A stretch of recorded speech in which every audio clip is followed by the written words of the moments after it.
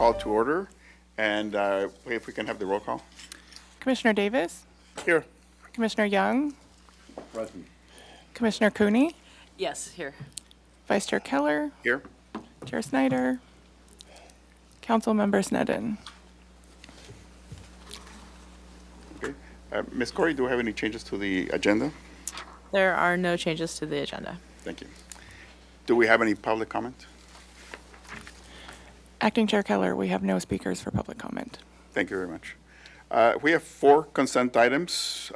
Any discussion, or do we have a motion?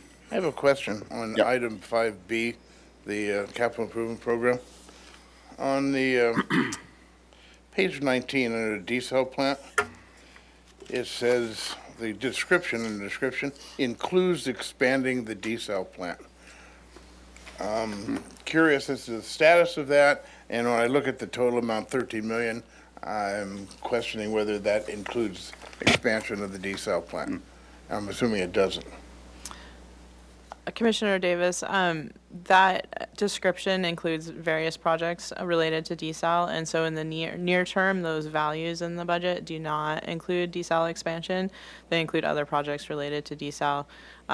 We would be coming back to Water Commission if water supply necessitated expansion of desal and having those conversations with both Commission and Council. Perhaps that little intro language of expanding could just simply be amended to basically say something that describes what's happening. And I have Ms. Cook here today. She is She's ready to answer. ready to answer. Yeah, hand it over. So that future year is just for that next year out, which is 31. And so that's what we would expect for the design and a little bit of expansion work, the design of that expansion work. As of now, we don't have solid plans to expand, but it is on the horizon. You're looking at essentially potentially getting into design. Correct. Okay, good. That answers my question. Okay. Thank you. Thank you. With that, I'd make a motion to approve the consent calendar. I'll second. All right, Commissioner Davis, Yes. Commissioner Young, Abstain because I was not present for the minutes. If we're approving the minutes, I can't vote on that, but for the rest, I Okay. do approve. all right. Do you want to separate them out into 2 motions, or? Maybe so, no? Then we should do the 2 motions. You could do that. I've actually, in other boards I sit on, actually shown approval with Jeff abstaining on item A. All right, okay, thank you. Okay, thank you. All right, so Commissioner Young abstaining on item A. Commissioner Cooney Yes. and Acting Chair Keller. Yes. Great, the motion passes. Okay, thank you very much. So the next we have an administrative item on the sewer lateral inspection program. Thank you, Vice Chair Keller. Excited to bring this presentation to you. It's been a little while since we've updated you on the sewer lateral inspection program, or the SLIP program as we refer to it. As you know, SLIP is a challenging program in that we're asking private property owners to make improvements on their private property that benefit both their property and the public wastewater collection system. And so the SLIP program is always in a constant state of evolve and working to see how that we can optimize that program. So we are coming to you today with an update on the program and our condition rating scale and the progress we've made with that. And then we're going to be looking forward towards future next steps to improve the program, which include a business case analysis of the program. And I'll hand it over to Ms. Galen Fair and Mariana Cruz to give the presentation today. Okay. There we are. Good morning, Commissioners. Like Ms. Corey said, my name's Galen Fair. I'm the Water Quality Superintendent. And today we also have Mariana Cruz, our SLIP Program Administrator, and we're going to give you an update on where we are with SLIP. So presentation overview, Mariana's going to go through the background and condition rating scale update, and then I will go over the SLIP business case.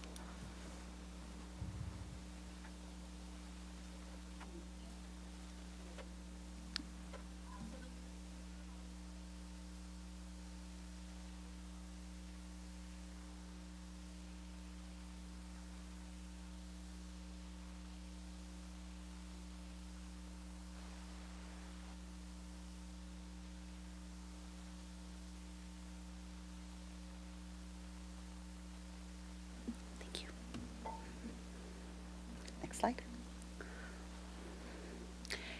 For participants or for our community to participate in the sewer lateral inspection program, there's really two different tracks. The first is the residential, and a slip case would get triggered for residential properties if they are applying for a building permit, if they are adding 400 square footage of living space or 2 or more plumbing fixtures to their home or their property. As well as when our collection system staff goes out and they CCTV the sewer mains, if they notice a defect, we will reach out to the property owner and request an inspection. In addition, if a property owner has a private spill or their lateral causes a public spill, they will be required to inspect their lateral. For our commercial, industrial, and common interest properties, if they have a lateral spill or again cause a public spill, they will be required to inspect, and then they're also required to inspect on a 15-year cycle regardless of the condition of their lateral.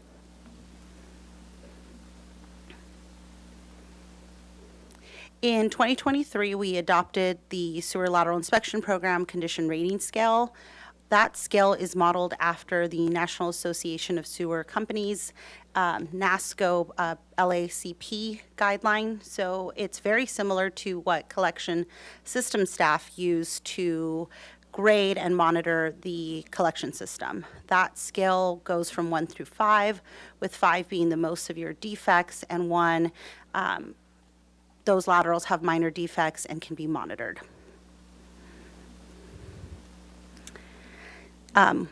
With that scale, like I mentioned, grades 1 and 2, those property owners, they can maintain and monitor their laterals. Some of them will choose to clean their laterals, and their case will be closed. With the grade 3, they have the option to repair or to maintain and monitor. Some property owners may choose to do their repairs because, as you know, the quicker they respond, the less costly it would be down the road. And then grade 4 and 5, those are severe defects and they will require immediate attention and repairs. Thank you. Since implementing the condition rating scale, we've actually been able to decrease the number of sewer lateral inspection program cases by approximately 35%. So before adopting the scale, we were at 2,440 cases, and as of today, we're down to 1,530. As a result of the condition rating scale in 2024, we were actually able to close 229 cases. Just to give you an idea of how we've been able to really reallocate our staff time in order to help property owners as a result of the grading scale, these are the services that we've provided in the last 24 months. So we've reviewed approximately 1,315 videos. So those are just the inspection videos. Those aren't any post-repair videos. We've issued 571 repair notices. And our staff has coordinated 448 repairs. So those are the sewer taps or the connection replacements that our staff will work with our contractor, the property owner's contractor, and the public works permit counter to ensure that those repairs go smoothly. In addition, we've had over 2,300 communications with property owners. And that, again, is just the property owners, whether it's in-person meetings, meetings at their property, sitting down with them to review their videos and go over their defects. And that does not include communication with their contractors. So our staff will often meet with the private contractor to go over the repairs, to go over the requirements, and a lot of times we'll guide them through the permit process. And then I'm going to pass it over to Ms. Fair, who will talk about the business case analysis. Thank you. Thank you, Mariana. So we've come a long way since its inception in 2007, but there are still a bunch of program challenges that we have. We have evolved over the years. We've gone through so many iterations of the program, and really that's been based off of the customer feedback, plumber feedback, feedback from the board, the city council. So we're really proud to say that we're listening to everybody and the feedback that they provide. But we've gotten to a point where we've tried everything we can come up with. So what what do we do next? And as Ms. Corey said at the beginning, this is really a private property issue that we're trying to assist with. And these private property issues with the laterals really affect our public infrastructure. So the Y Connect, in the city of Santa Barbara, Y Connection is owned by the property owner, but it is essentially part of the city sewer main. So that affects our infrastructure and the cleaning that the collections crews need to do. Additionally, if there's any cracks, fractures on the lateral, when we have these larger storm events, we are seeing a lot of infiltration into the sewer system, which overwhelms the collection system, then overwhelms the treatment plant. So we have to develop a program that can address this, working with the private property owners to get the repairs done. And what we've found is over the years with our incentives and the support we provide, it's really not enough. We don't have enforcement right now, so that may be something that we want to move towards in the future, but we really need some additional tools. And as I mentioned, we've come up with everything we could possibly think of on our own, so we're looking to others for some support. As Ms. Cruz mentioned with the CRS, we've been able to reduce 35% of our case count, which is fantastic. But we still have over 1,500 laterals that require repair. And these are the ones that really do have issues. They must be repaired. How do we tackle that large case count? The other big problem that we're seeing, and we've seen it with our city projects as well, is the cost of construction just continues to rise. It goes up. I mean, when we send these letters out to property owners saying you must repair, sometimes it's $15,000, $20,000. I don't know many people that have that just sitting around in case they get a letter from the city. So the repair costs go up, and so we're trying to work with property owners to get them to do the repairs sooner so that they don't have to have these increased repair costs in the future. So we're looking for additional tools and resources to address the high number of cases.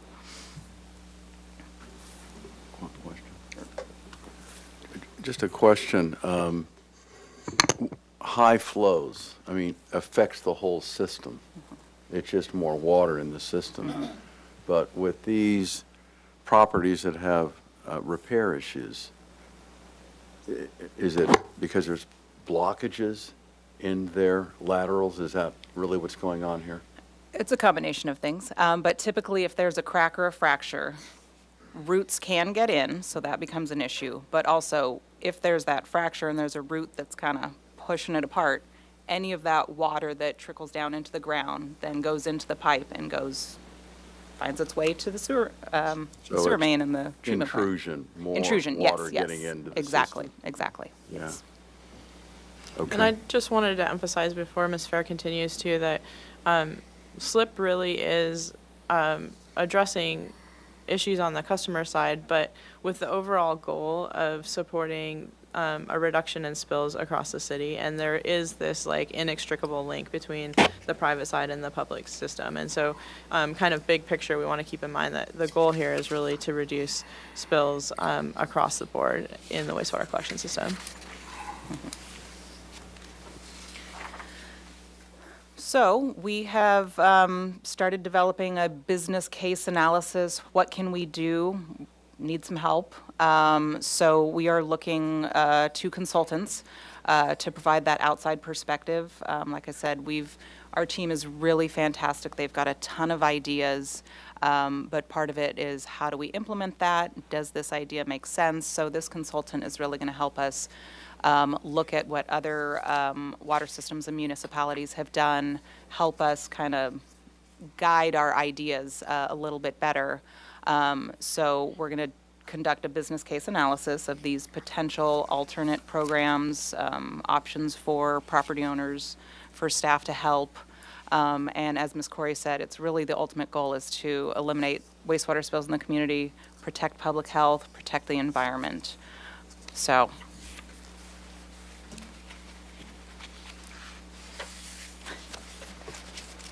Another question, Question? if I could. Are they going to consider, I mean, is this even an option to have the city do the repair and then add that cost on to somebody's property tax statement so it gets paid off over time. Is that an option? Yeah, Commissioner Young, we have a whole host of options that we're looking at them to evaluate and see what might be most cost-effective and feasible. One option that we have thrown out there is, what if there was an opportunity to put a lien on somebody's property to help cover those repairs? As Ms. Fair said, we're really looking to the consultant to provide kind of the universe of possible options, and then we'll evaluate those against each other to see what makes the most sense in terms of feasibility. So yes, I would say that option is on the table at this point. Do we have the authority to do that? To put a lien on a piece of property? That's what we have to explore in this study. Great. So we put out a request for proposal. We received 2 proposals, and in reviewing those, looked at the experience of each firm, the approach to the scope of work, and again, it's pretty wide scope of work. Developed some options for us, and then we can dive into them, and then their references. So of those 2 proposals, we selected GHD as the consultant. So our recommendation today is that Water Commission supports staff recommendation that council awards a professional service contract to GHD for the slip business case analysis project. Questions? Yeah, Questions? Mr. Chairman, just quick question. And when I first read the report or whatever, my first instinct was, well, our staff basically, you guys are really great. You would have all the ideas in the world. What are these people bringing to the table? So my question is, I'm assuming, and again, we're not into the selection process, in what they've presented to you, they've had experience in other communities which have shown positive results. And I'm assuming that was part of your selection process in that regard. Yes, Commissioner Davis, the firm that we ended up selecting actually has a member on their team that used to work for a wastewater collection utility and ran programs just like our SLIP program. So we chose GHD because of their direct experience with these types of programs. And other, again, I'm just asking the question, in other cities that have this type of issue and/or program have, again, I'm assuming our consultant here basically have surveyed and worked with those other communities to essentially bring to the table what's effective and what's not. Yeah, that's the ultimate goal of the project, exactly.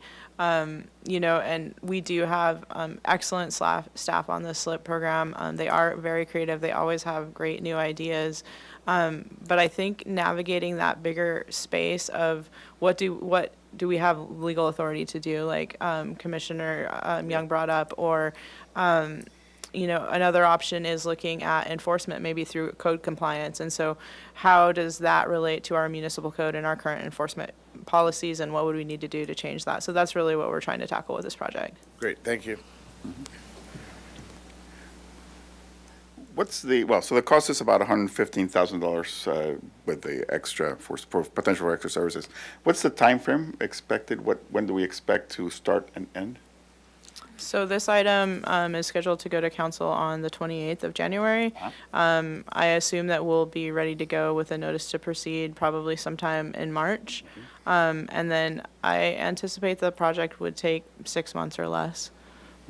Okay, thank you very much. Any other questions? Okay, just quickly, if I could, is there a Central Coast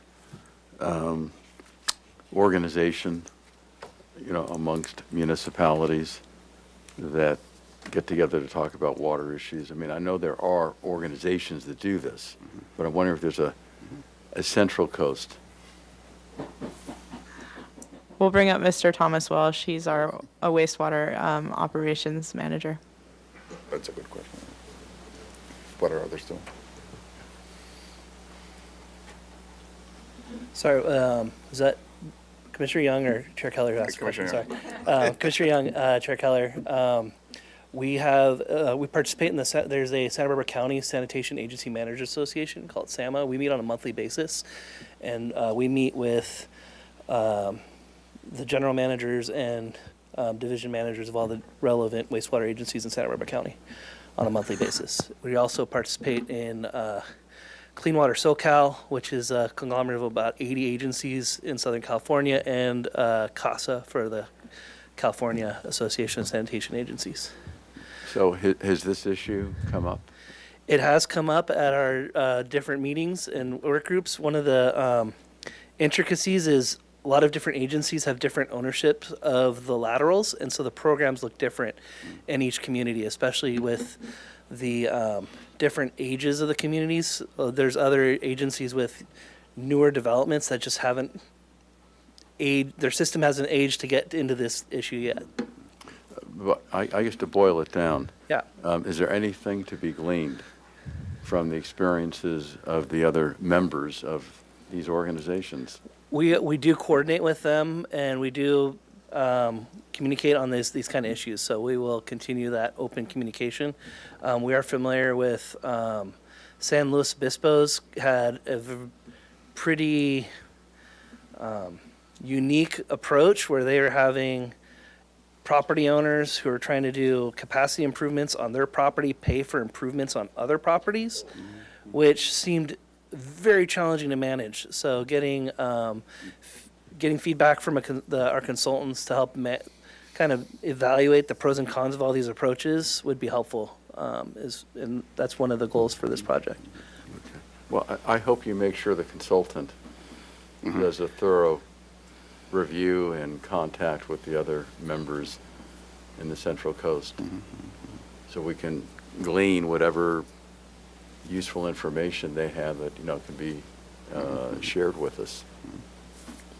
Yeah, we definitely will follow up with our member partners. But I'll ask the question again when we get to that Okay. point in time. I'm just giving you a heads up. Yeah. Noted. Good Thank you. point. Yeah, all right.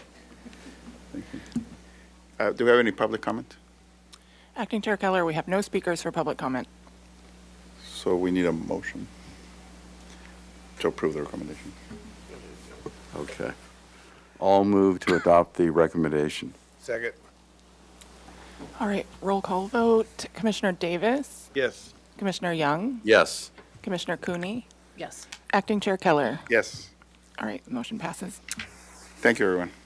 So our next item is the lead and copper rule update. All right, thank you. So for this item, I just wanted to provide a little bit of broader context before I hand it back over to Ms. Fair again. The lead and copper rule will have some history in the presentation, but iterations of it have been around for a long time, since the Clean Water Act. And there has been increased emphasis on lead and copper regulations recently, mainly in response to communities not near us, like Flint, Michigan, that really do have issues with lead in their drinking water systems. So the rules were written by the federal government, and then they are passed to the state of California to implement. And we want to provide an update on how that legislation has changed over the last couple of years, and then also our response to those regulations and where we stand currently with the lead and copper requirements. And with that, I will hand it over to Ms. Galen Fair once again. Thank you, Ms. Corey. Commissioners. Today we're going to talk about the lead and copper rule updates and all of the iterations that it has gone through up to today. I'll give you a little bit of background on the rule, where it started, where it's been, where it's going. We will talk about our lead service line inventory project update, which was one of the big items of one of the revisions. We'll also talk about the lead in schools and child care facilities and the lowered action level for lead and tap sampling changes.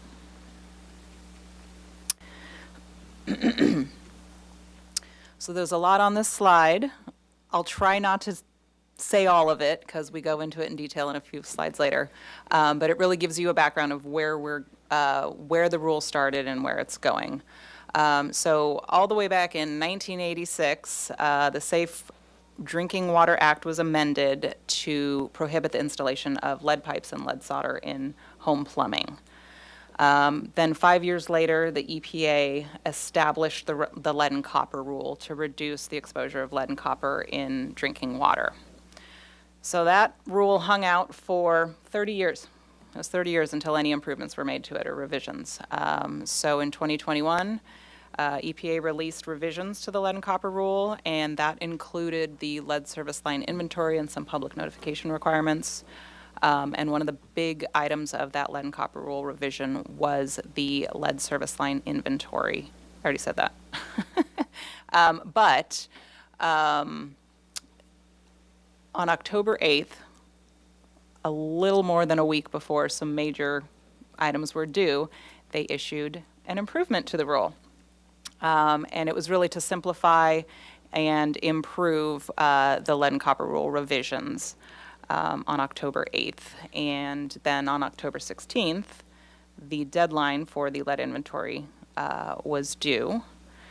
And so now we're in the lead and copper rule improvements for the next 3 years and future. So in the next 3 years, we need to identify some materials, additional materials, and we need to submit a plan for replacement of any lead service line with the intent to replace 10% over the next 10 years. So now we'll get into the more of the details of each of the iterations of the rule. So 91, lead and copper rule was released, really focused on reducing lead and copper that is introduced through public or through private plumbing materials. And it requires monitoring from customer taps. So this was a little bit different because water systems routinely monitor our own system, the public system. But this really focuses on collecting samples from customers' homes. And when those samples are collected, it's a little complicated getting homeowners to really listen and do what they're supposed to do because it can be difficult. You have to let the water sit stagnant in your home for 6 hours. So a lot of folks do that overnight, but sometimes you're asleep and you get up to, use the restroom or take a drink of water and oops, there goes that. Let it sit for 6 hours and then take that first draw, that absolute first one, collect a liter. And then we monitor for lead and copper. So depending on the population size of the community, it dictates the number of samples that are required. For a population of 100,000 roughly for City of Santa Barbara, we're required to collect 60. There can be reduced monitoring, so we are currently on a reduced monitoring plan for 30 samples. And then the regulation is not more than 10% of the samples can be above this action level. So lead has an action level of 15 parts per billion, and copper has an action level of 1,300 parts per billion. So again, 30 years later, we got some revisions, and the big item, and this is what I'm going to have Ms. Dana Hoffenberg speak about, is the lead service line inventory. So that was to inventory both the public and private side of the water lines and have that inventory submitted to the state by October 16th. We were also required to notify the public of any service lines that are containing lead from that inventory. This revision added a trigger level for lead, so it maintained the 15 parts per billion action level, but had this trigger level that basically, hey, if you're going to get above this, start thinking about things you need to do. They implemented a 24-hour notification, a Tier 1 notification, when there is an exceedance of a lead action level of 15. So typically when we collect all those samples from from private properties, we send them out. It takes a couple weeks to get those sample results back. Then we compile a report and send it off to the state. So that takes some time. So it wasn't necessarily that property owners were receiving their results if they were above that action level in a timely manner. Maybe it was 2 weeks later. So this 24-hour notification was one of the big things for the revision. They also added sampling in schools and daycares. A lot of it was on request. Sampling from homes wasn't hitting where kids were in school and getting a lot of their water, so they implemented that as well. And the lead and copper rule revision promoted the replacement of lead service lines. It wasn't a requirement. And then one thing to note that was kind of interesting is the lead and copper rule revision was published on January 15th, 2021. Less than a week later, the feds were requiring several regulations to be reviewed. So as soon as it was put out, a week later, it was being reviewed again for improvements or how is this feasible. So that was an interesting thing. So 3 years later, right before the deadline for our lead service line inventory, they issued the improvements. So this kind of threw everybody in a tizzy because, wait, you're changing some things up for us. You told us we had to do all these things, but now are these improvements. But again, they were looking to simplify what was out there, and they did retain 3 of those key objectives. So they retained the due date for the lead service line inventory, October 16th. They retained notification of public notification if there was lead service lines within 30 days of the inventory. So that was due roughly November 16th. And then they retained the 24-hour notification of an exceedance of the action level. They did remove the trigger level, that 10 microgram per liter, and made it the new action level. So they reduced the action level down to 10 instead of having a trigger level. It just got too confusing. And then some additional things that they were improving with the improvements. They are now requiring water systems to replace the lead service lines. Strengthening the tap sampling procedures, so changes to how we sample, where we sample, and now the sampling in schools and child care facilities is a requirement instead of on request, and implementing better public education and consumer awareness. So all of this is required by 2027, aside from the due dates that I had mentioned in the previous slide. Question, when they require water systems to replace lead service lines, these are lines that are in the consumers' homes, right? Yes, Okay. that is correct, and a challenge. So I'm going to turn it over to Ms. Hoffenberg. She's going to go into detail about the lead service line inventory and what we found. Question.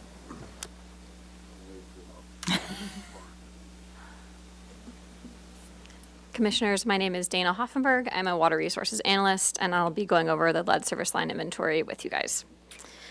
So as Ms. Fair mentioned, we were required to create a complete inventory of the city's water service lines, and that was due to the state by October 16th of this past year.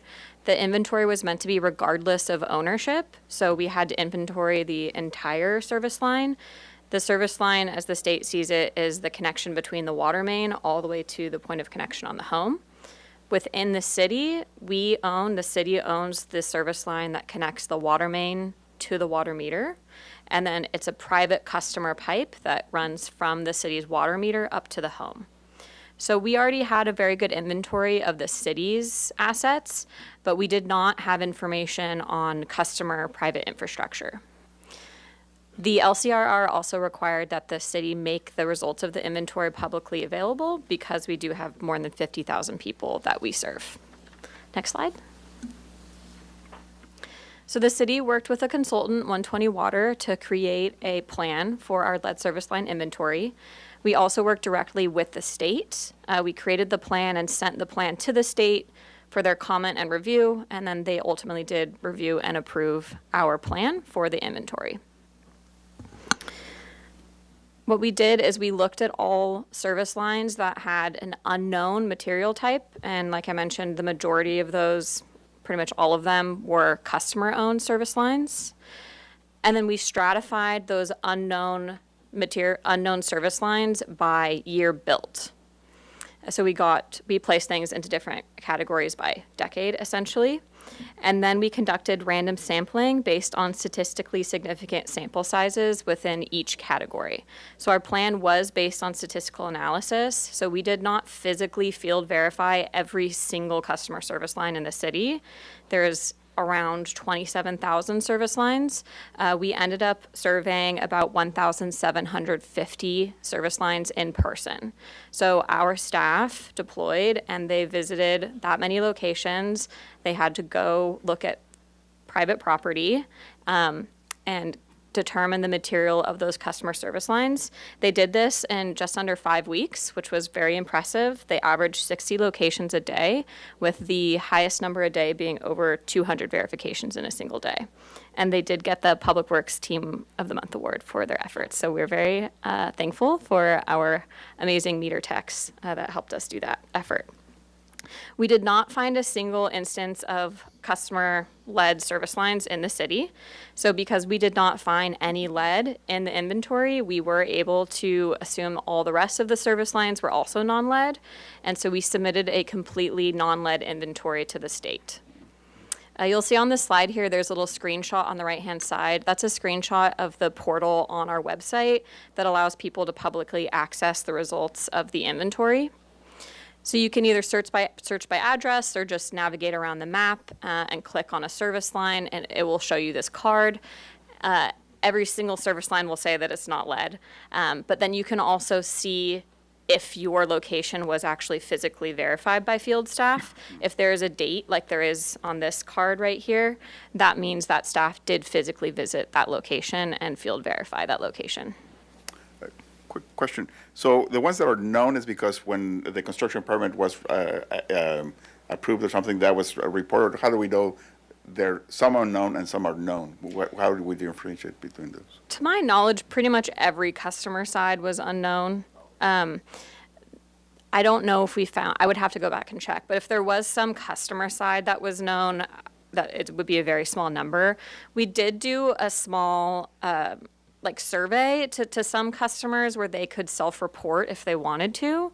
So I think that we had about 20 customers that ended up self-reporting what their service line material was. But overall, most of the customer service lines were unknown, and most of the city service lines were already known to be copper. Mr. Chair, just following up on that, I thought I heard you say the sample was stratified by year. And I'm just curious whether earlier years where lead might have been used were essentially, if you will, overemphasized to check rather than simply basically by percentage? Yeah, so it was based on decade. Some sample sizes, I think it was pre-1900, Yeah. and then 1900, 1920. So we looked at the size of services within each category, and then it was based at like a 95% confidence interval with like a 5% variance. So it was statistical analysis. Great, Yeah. good, thanks. Mm-hmm. Next slide, please. Okay, as Ms. Fair mentioned, then they changed things a week before the inventory was due. So the LCRI was just only passed in October of this past year. So we are still waiting on guidance about how the LCRI will be implemented and what exactly repercussions that has in relation to our inventory specifically. As Ms. Corey mentioned, this is an EPA rule, but then it is handed down to the states to actually implement. And each state kind of has a different take on how they administer and interpret the rules. So we haven't gotten clear guidance yet from the state on how this will actually be administered and what requirements will be required of us. So this is just a high-level overview of what we kind of expect from the LCRI rules as it relates to the lead service line inventory. But again, we're not 100% sure how this will administratively be handled. So we do believe we will be required to validate a subset of our non-lead service lines by December 31st of 2034. And we will have to validate a subset of service lines that we didn't physically visit. So this will be to just increase the confidence level of our statistical analysis. It sounds like we will also have to include some kind of information on connector materials in our service line inventory, which wasn't required before. And then a large part that Ms. Fair also mentioned is now the EPA is also requiring replacement of pipes needing replacement. So they are requiring agencies to create a replacement plan and then to enact that plan and replace pipes within 10 years. Because the city had a completely non-lead inventory, we do not have to create a replacement plan and we do not have to replace anything unless we do find lead at some point in the future. I'm kind of curious, how is it that our much older homes that we're not finding any with lead? I can't imagine that the oldest ones have all been upgraded. Yeah, I don't know. The oldest homes was the smallest category, so there's just not that many incredibly old homes in the city. My understanding is use of lead in California just wasn't as prevalent as in other areas of the country. And again, we are only looking at the service line, so that's the portion of the pipe that's from the water meter to the house. That's the only part we're required to look at. We can't really speak to if people have lead elsewhere inside of their home. So, it's possible that there's other things people have in their private plumbing, but that's not really something that we're able to look at. But even the supply line portion, Yeah. I'm just kind of surprised that there wouldn't be some stragglers out there. I just don't think it was very common in our service area. Our water distribution staff wasn't surprised to find that we didn't have any lead in the system. Okay. I'll turn it back over to Ms. Fair. I just wanted to Oh, also, sorry. I meant to say, congratulate the team for, such a very rapid, so congratulations to the team that did Thank that. you. If I can just speak to Commissioner Young's question a little bit more too, I think if you look at the rule and the requirements as a whole, so the lead service inventory is one important piece that we've been able to tackle, but there is the ongoing sampling at the home that Ms. Fair described and is going to describe in more detail in a few minutes. And so that's another way for us to continue to look in these homes and see if we're seeing indication of lead. And as Ms. Fair mentioned earlier, we're on a reduced monitoring cycle because our results just haven't shown that there is lead in our homes. And so it's kind of two competing, or not competing, I guess, supporting sampling procedures, and both indicate that we just really don't have much lead in their system. And as Ms. Hoffenberg said, that's also was expected by our distribution operators who work on our system regularly, so. Yeah, it's good. It's good for our community, for sure. Okay, next we'll dive into the lead in schools and childcare facilities. So this was one of the requirements retained by the LCRR with some additional updates. So we're required to inventory all schools and childcare facilities. So a lot of inventory going on with these improvements, and required to update the list every 5 years. So what we found in this initial inventory is we have 17 licensed in-home daycare facilities, 29 licensed childcare centers, and 30 K through 12 schools, both public and private. And the sampling requirements for each of these, we're required to sample all of these facilities in 5 years. So some water systems have elected to do 20% per year. And then whether it's a child care facility or a school dictates the number of samples. So it makes sense that a child care, like an in-home child care, it's in somebody's home. Your kitchen and bathroom is what you're going to sample, versus a school where you have an entire campus and you want to hit all of the drinking fountains and maybe the cafeteria. So there's more samples required for schools. So with that requirement, we are actually going to utilize the existing contract that we have with 120 Water. The great part about the lead service line inventory resulting no lead is that we have additional funds. So that contract we had anticipated, or we had planned for, should we find lead service lines, what do we do next? And additionally, we used our own staff to do the field verifications. So we had a lot of savings there. So we're just going to transition that contract to include the lead in schools and child care facilities. And we're electing to do everything in the first year. We've got 56 locations. It's not an outrageous amount, so we're just going to do it all in the first year and get it done and get that requirement off the table. So 120 Water, they are going to pretty much do everything. They will do the outreach to the schools and daycares. give them the directions on how to sample, provide the sample kit and postage, return postage to the laboratory to get the samples tested.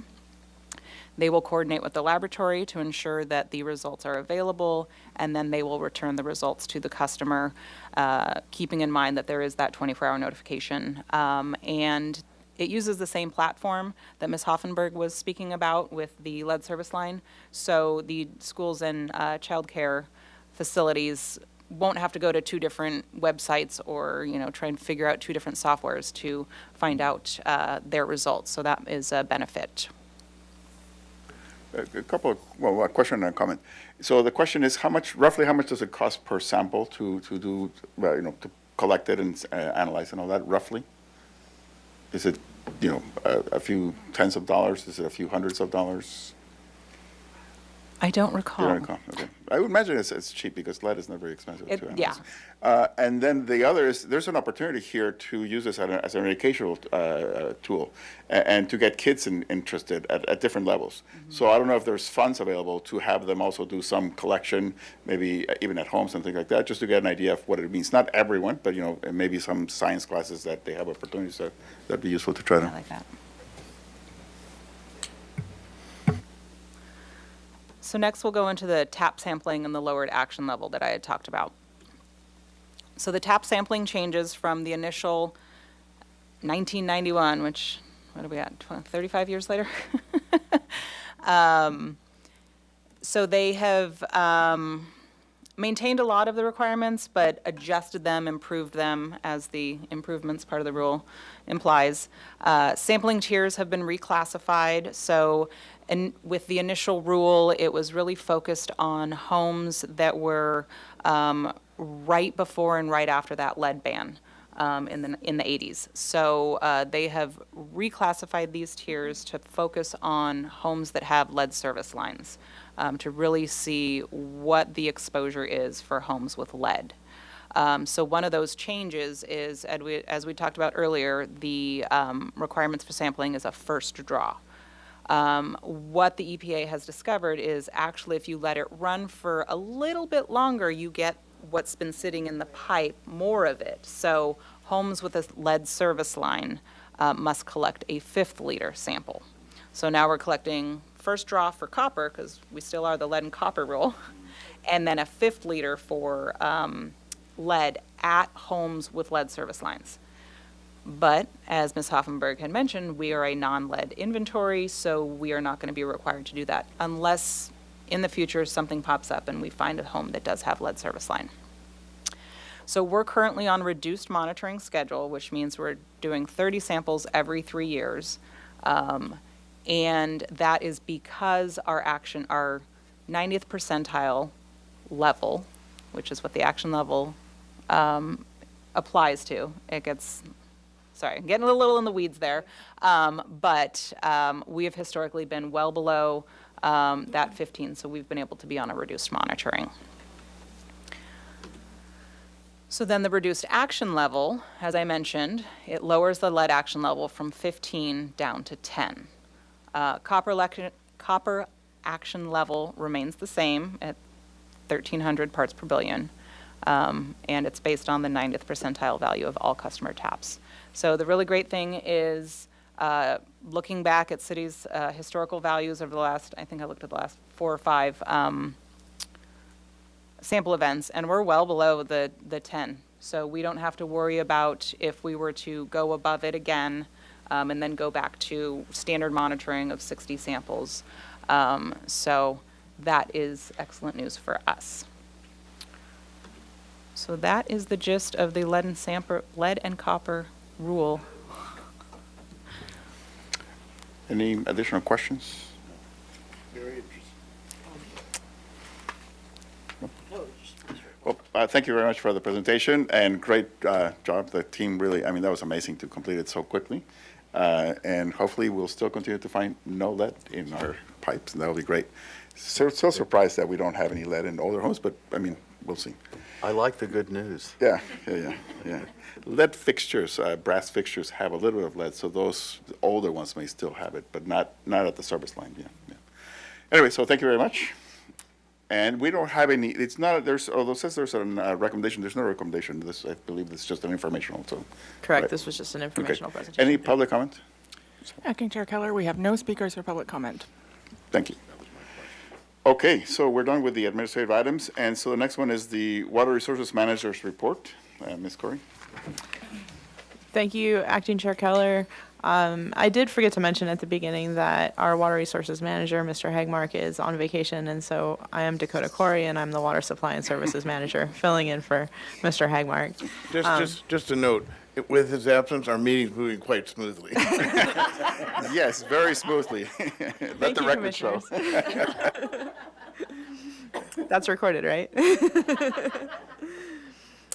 So we do have some updates for you with the monthly Water Resources Managers Report. Just a few things to note in the report if you had a chance to review it. We're seeing both production and inflows into El Estero wastewater treatment plant declining fairly significantly. There's probably a number of factors that are playing into those reduced numbers. It's been very dry this winter, and so we're probably seeing less infiltration into the wastewater treatment plant. Our production numbers may also be a result of some under-registering of one of our production meters, and we're looking into that. So we are seeing low demands, but we're looking at that number a little bit more closely. I guess what is a little bit reassuring in terms of that uncertainty is that because we're seeing decreased flows into El Estero, at least what we think is going into the system and is ending up at the wastewater treatment plant are both showing that downward trend currently. So just something to point out because it's fairly visibly obvious on the graphs. Just a comment, again, perception-wise, because I was here during the drought in the 90s, and now I was here in the drought in the teens. The recovery back in the 90s, went straight back up. It didn't get quite there. But the effectiveness of the programs and plumbing and everything else after the one in the teens, essentially, it stayed really low. Just the perception of the difference between the 90s and now in terms of the response level after the drought. Yeah, and I think after the late 80s, early 90s drought, the response at that time was a lot of fixture replacement and then updates to the plumbing code. And so those were like hard changes. But I think what we really saw with the most recent drought in the early teens, 2000 teens, was a cultural shift. Yeah. And I think those cultural and behavioral shifts really can have a lasting effect. So on top of what we had already done in the 90s with the fixtures, we're also just seeing people really embrace conservation, I think throughout California, but especially in Santa Barbara. Yeah, no, a compliment to the staff and to the community for that. You'll also notice in the manager's report, I think I can find it, that we had a few months where we weren't doing any slip repair cases, and this was because we were contracting with our contractor. We were administering a new contract with our contractor who provides those repairs for our customers, and it just took longer than we had expected, but that contract is in place now, and we are up full speed ahead on doing repairs for the slip program. Let me see if I can find, next, is it this one? There it is. So you can see in October and November that we didn't have any replacements by the private contractor, but that agreement is in place now, and we're back working on that project. And then not included in the packet with the manager's report, but just a couple of items we were hoping to talk on today. We did want to acknowledge the fires in Los Angeles and the public attention that that's brought to management of the public water system. And so we have a couple of talking points that we've been working on citywide with our city administrator, our fire department, and we wanted to share those with you today and just see if you have any feedback on future messaging. We'll continue to work with that team, and we want to make sure that we're conveying the same message as our city administrator, but we can provide suggestions moving forward. So I just had a few notes on that. Of course, first we just want to address our concerns, and our hearts go out to the communities in Los Angeles that are suffering from these fires. And just a huge thanks for all the first responders, including teams that have gone down from the city of Santa Barbara to help on the fires down south. We know that we're not a stranger to the risk of wildfire here in Santa Barbara. We do have a wildland interface. We've experienced several fires in the last several years, and so this is something that's always on the forefront of our minds. And we do work across departments with fire, with police, with our city administrator to prepare for these types of events and emergencies. So specifically related to water, as you know, we do have one of the most diverse water supply portfolios in the state, and that really allows us to be reliable and have supplies available whenever we need them. And currently, our reservoirs are full. Cachuma's at 90%, and we have plenty of water to meet our needs, even if we have very dry conditions like we are experiencing this winter for the next 3 years. So our water supplies are solid. And in terms of operations, in advance of weather that could be, a red flag warning that could be more conducive to producing wildfires, we take a number of steps to ensure that our water supply and our response personnel are prepared.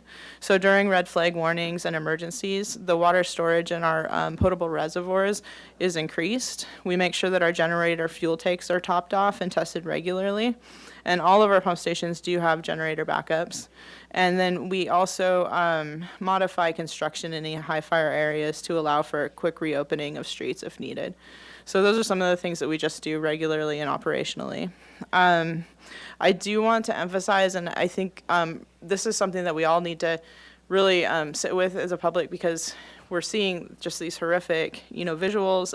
It's a horrific experience happening in LA. Some of these fires with the winds that are driving them are just so catastrophic and at such a magnitude that there's really no potable water system, including the cities, that would have sufficient water to stop a fire when it's moving through that fast. But we are doing everything we can to maintain the system that we have and be ready to respond. So those are where we're, that's kind of how we categorized our comments so far. We are paying very close attention to what's happening in LA. I think there's going to be a lot of lessons learned, and we want to continue to be involved in that process, and potentially could come back to the Water Commission with anything we learned, probably, a few months out at this point. But just wanted to see if you had any feedback on any talking points there, if that messaging seems to sit right with the commission. First, I do think that it should be, we should have some messaging. It's important to let them know how prepared the water system is for this. And I think that the topics you've mentioned are good. Yesterday I had a question, and that's something that's outside of this, but it's water quality related. So there's all this, with the fires, there's air pollution, there's a lot of metals, they're coming down on our reservoirs, they're coming down on our watersheds. And so how often do we sample under those conditions? And, I know we try to meet our water quality objectives, lead and other things, but it would be good to sort of have something to say that we're regularly sampling for these things, so people are aware that we're on top of it, that, that would be also important to say. Okay, thank you. Noted. What about the chemicals from flame retardants in terms of monitoring? Yeah, so one of the big chemicals associated with flame retardants is PFAS, and we have been required to sample for PFAS. I may call Ms. Fair for more details here in a second. And we have not found any indication of PFAS in our water supplies. There are some issues out at the airport. That's in Goleta's water service area. But we actually have a task force at the city, including legal staff, because there's been some class action lawsuits around PFAS lately. So we're on top of that issue and making sure that the city can, one, is protected, and two, can benefit from any of the lawsuits that are happening if it could be to our advantage. And PFAS is not really usually used on wildfires. Oh, okay. So it's more common to be used in urban settings, so that could be a situation, but not usually on wildfires. So, and then it's mostly phosphate flame. To be able to bring that down is usually a form of phosphate. So it's a fertilizer, so it will help the recovery, but it doesn't have an immediate impact. So I've looked into that. Thank you for your expertise, Commissioner Keller. Any other comments? So I mean, I think the commission would like to, emphasize that it's important to message the public. Great, thank you. Any final public comments? I actually have a couple more things. okay. I'm All sorry, right, my sorry. report. So I wanted to also give you a quick staffing update. We do continue to work with HR on our staffing concerns. I know that there is another meeting tomorrow. We don't have a time frame yet to come back to you with information, but I want you to know that that's on the forefront for us, and we're working actively on it. In regards to staffing a little bit more broadly, we closed our recruitment for the wastewater treatment superintendent, and interviews will be happening in the next couple of weeks. We hope to make a selection by the end of this month. And then I also wanted to introduce a new staff member to you today on my team, Mr. Celestino Pasillas, if you can stand up or give a wave. So Cel is our new water services superintendent under my group. And then finally, we wanted to talk with you about potentially canceling the February Water Commission meeting. We don't really have enough for a full agenda, and the item that we did have, we could push to March. So if that works for the commission, we recommend canceling February. Any concerns? Okay. Okay. We will cancel the February meeting then. And that is the end of my report. Okay, well, thank you very much. Any final public comment? Acting Chair Keller, we have no speakers for public comment. Okay, well, thank you, everybody, for your participation, and I adjourn the meeting. Thank you.